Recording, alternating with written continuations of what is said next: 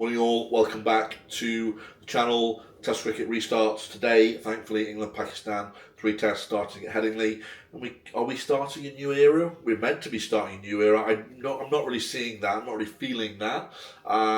We've gone back to Root as captain. We have an interim coach. I'm intrigued to see how England go about their business. If we're to believe what we're hearing, they're going to play a fairly similar style to the Bazball style. The two things I keep hearing, I'm going to come on to this in another video, is don't rip it up, refine it. Don't rip it up, refine it. They must, the PR team, whoever it is in the background, ECB, these guys are repeating it. They're like trained seals, right? Don't rip it up, refine it. So I think they're going to go down a similar road. I think that's a mistake. I still expect us to beat Pakistan. Sadly, Babar Azam is unavailable. They were going back to him as captain. Look, he's got one of the most gorgeous cover drives in the game, so shame to not see him play. Pakistan don't tend to travel too well. I did see when they won a test against the West Indies. That was our first test match win away in around 3 years, so that'll give you a good indication. And they're not really settled, I guess, a settled cricket board, are they? They're always chopping and changing, different coaches. So, in theory, we should win. But look, as in theory, as we just saw with Bangladesh and Australia, it doesn't always work. So we've got to be on our A game. We've got to respect Pakistan in somebody like Mohammad Abbas. He's a fantastic bowler. And I think, given the way he bowls, they'll have done their homework, I'm sure, from the New Zealand series. They'll have the keeper up, and he'll look to bowl straight at the stumps and look for LBs or little snakes with the keeper up, especially to Root, Brook and Smith. Try and keep those guys in their crease. But yeah, a strange squad from England. A lot of the talk post-Stokes in the run-up to this I saw was about Sam Curran, supposedly being, this is a solution to the Stokes problem, coming in to balance the side. Personally, I'm not a massive fan of that. I see him more as a white ball player, a useful utility white ball player. I'm not so sure he'd add much to our test match team. It's a tricky one. Personally, on current form, especially if we were to believe what Rob Key told us just a few months ago about rebuilding the bridges with county cricket, you'd probably have to look at somebody like Craig Overton, he's got about 35 wickets at around 20, and he's got 300s. I think he's averaging mid-40s. So maybe he could come in. If you cast your mind back to the 17-18 Ashes tour, he was one of the main bowlers with other bowlers of a similar-ish sort of pace, and it just didn't work. But as a fourth seamer, if you have guys like Tong and Atkinson who can bowl quicker, then he may prove useful coming in at number 7. Especially if it's going to be his time is now. They say pick guys when they're in prime form. I know he's also had an amazing run in the Blast as well. So look, I would probably on balance have gone for Craig Overton, but England didn't even pick either Curran or Overton in their squad. For me, as I said, very strange squad. If where would I go with this? I'll be very straightforward, straight off the bat. What I would term the white ball mercenaries. So your Bethels, your Archers, your Cox, those guys would not be, even if they were fully fit. I know Bethel's out, they wouldn't be playing.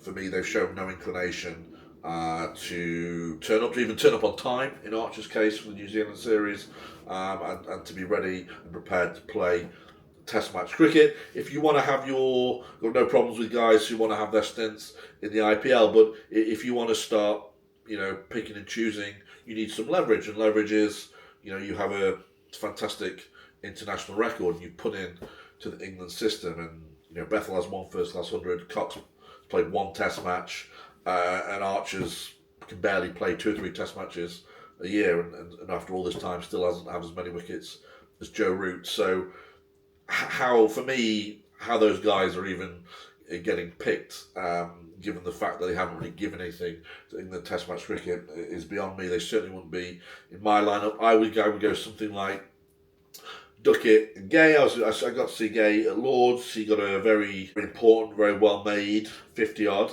under great pressure in tricky conditions in the second innings of that game. So hopefully, he certainly deserves another go. I think he can be a good player. Obviously, Duckett finally came back to a little bit of form towards the end of that series, so he speaks for himself. I would go Joe Clark at Nottinghamshire. He's had another fantastic season so far. Is he 29, 30 now? I've always felt he's been one of those guys who you feel like has that bit of extra class, that back foot game that can step up to play international cricket. He's been in outstanding form this year. Why Cox gets picked of him, I have no idea. Cox has been, I sat around chatting with Coley at the start of the season. Great. I mean, again, Rob Key is completely full of shit. This sort of selection shouldn't be happening. If you're Joe Clark, you're sort of sat there thinking, what's the point? So I would go Clark at 3, Root, Brook. Then 6 and 7, I'd probably go with Overton. If he was fit, I'd go back to Folkes. I think I'm looking for certain things that are the antithesis of Bazball. Smith has been really poor for a while, played some absolutely appalling shots, really appalling shots over the winter. And yet he got promoted up a place in the batting lineup as a reward, as well as keeping his place. He wouldn't be in my team either, just particularly even on the back of the Labuschagne shot. That would have been it. For me, that's one of the daftest shots I think I've ever seen in Test match cricket from a proper batsman, and given the context of the game and the series. And then Jack Leach, they're going to try and fudge it with Lawrence, right? They're going to get a few hours. We've been down this road with Jacks over the winter. It doesn't work, Moeen Ali was a batsman. We had years of him bowling, and he went to Australia and averaged 120 with the ball. We've got to get away from trying to fudge the issue with the spinner. I don't understand why Bashir keeps getting picked in the squads. I've been to watch Derbyshire twice this year, once against Glamorgan in the 50 over comp, and once against Lancashire in the county championship, and he was carrying the drinks both times. He's not even on the same level, the same class, nowhere near as Jack Leach. There's a reason why Somerset jettisoned him and kept Leach, because Leach is better than him. He's the best spinner. It's so strange. Why did they just not make the simple choice? It's been bone dry this summer. Clapham Common is the same sort of colour as the Sahara Desert. So, Leach is used to this, bowling in dry conditions at Taunton over the last decade or so. Let's pick him.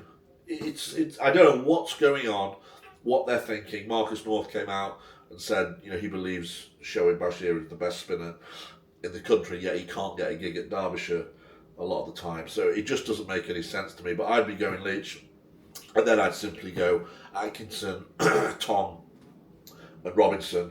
As I said, Archer maybe I'll belf the ball the odd spell here and there. And look, he does have talent, but he's not committed. For him to go on holiday for the first Test match against New Zealand was a disgrace. For him not to come back really was a disgrace after the amount of money we paid him for.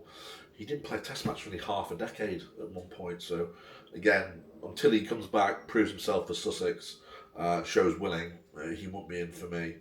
So yeah, that's where I'd go.